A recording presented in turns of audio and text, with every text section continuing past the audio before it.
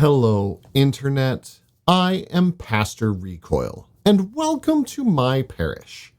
Today is the fourth Sunday after Epiphany, and we're going to talk about it.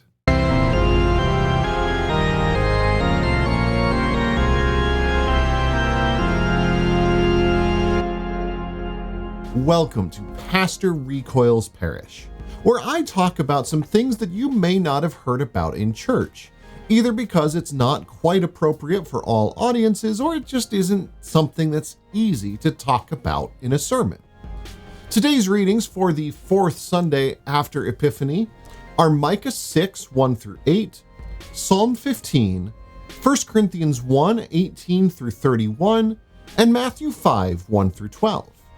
Today, we're going to talk about reading ourselves into what we read in Scripture. See, when Christianity got its start in the 1st century CE Roman Empire, it was a religion primarily of the powerless. It wasn't governors and emperors who became Christians. It was enslaved people and people on the edges of society. This is why in 1 Corinthians 1, Paul writes, "Consider your own call, brothers and sisters. Not many of you were wise by human standards, not many were powerful, not many were of noble birth. But God chose what is foolish in the world to shame the wise. God chose what is weak in the world to shame the strong. God chose what is low and despised in the world, things that are not, to abolish things that are, so that no one might boast in the presence of God." Paul isn't being figurative here. These are folk in Corinth who make up the church there. They're not the rich and powerful of the region, they're the nobodies. The very sort of people that Jesus describes in Matthew 5 at the beginning of the Sermon on the Mount. And Paul is encouraging them, using the example of God's foolishness in Jesus dying on the cross, to continue to live out their faith, doing the sort of things that we see described in Micah 6:8. That's all well and good, at least it was well and good until Christianity became the religion of the powerful. Once it became the official religion of the empire, Christianity was no longer about the nobodies of the world, but it was instead run by the somebodies of the world.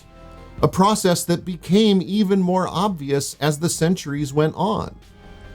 Now, in the 21st century, texts like these aren't meant for most Christians, at least not most Christians in America.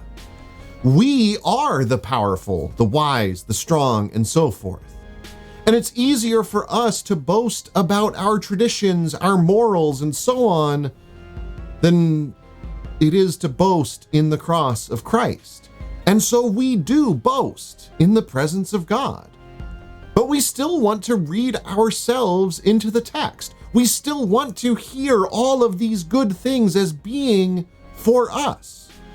So instead of just accepting that this text isn't written for us and reinterpreting it to recognize that God seems to care most for the oppressed and suffering in the world, we create a mess of cognitive dissonance and say that we are the righteously foolish ones and that the world is out to get us, even though we are the world now.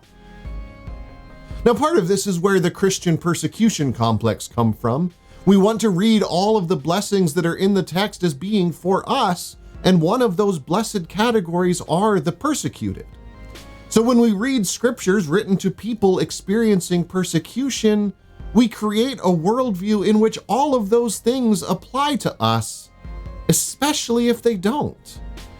Now, this is obviously a problem, but reading texts like these honestly helps keep us away from this trap. Recognizing that we are not Scripture's primary audience helps us find the truth in the text that is meant for us.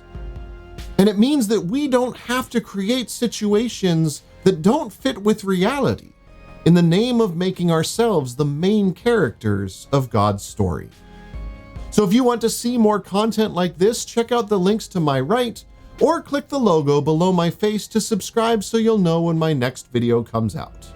Thank you for watching, and take the time this week to love your neighbor as yourself, especially if you don't like them all that much.